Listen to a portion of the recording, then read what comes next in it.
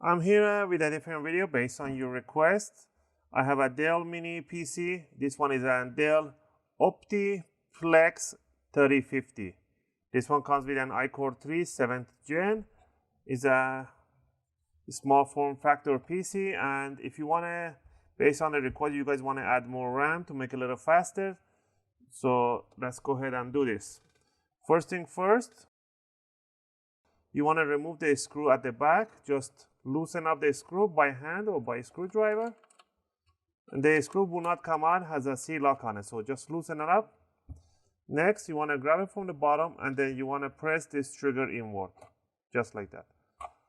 Now, once you see this gap right there, you want to lift up the top portion, and it will come out. And in here, you're going to see the hard drive and the fan. The RAM is right under the fan. To remove the fan, it's really simple. Just, you see these two arrows pointing this way, so you want to pull these two triggers inward and lift up.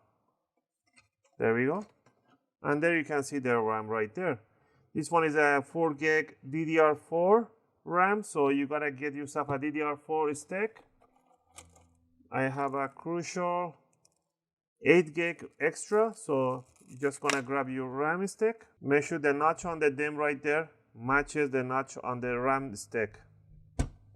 And you want to place it in 45-degree angle inside there. Slide it all the way in and push it towards the other RAM. You're going to hear two triggers making a click. That.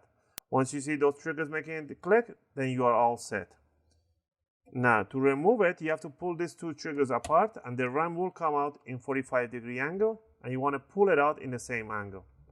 Same thing for the bottom RAM.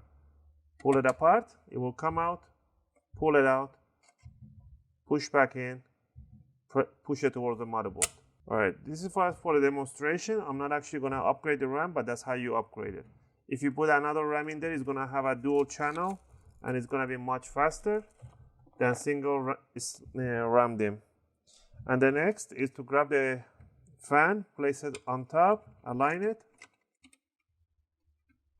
and then push it down and open the triggers a little bit, just like that. Flex it, make sure it just grabs it. Run the cable,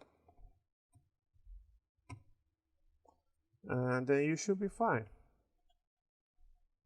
Actually, this cable just came out there. And the last thing will be to grab the top cover, put it on top in offset position, and then slide it all the way back. Grab the screw and just twist it over. I hope you guys like this video. If this video helps you guys out, I really appreciate if you click that thumbs up button. And if you guys subscribe, it really helps and motivates me to make more video and take requests from you guys. Thanks for watching, and I'll see you guys in my next video.